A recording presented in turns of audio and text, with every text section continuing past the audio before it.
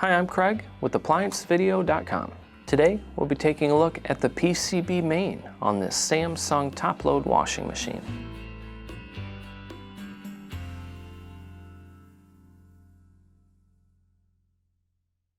Stop. Before beginning any repair, always be sure to disconnect the power to the appliance.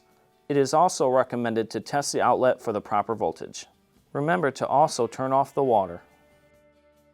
There are various reasons why you'd be replacing a PCB main, from not draining, to no power, to no spin. Now, click on the link below to view this repair video.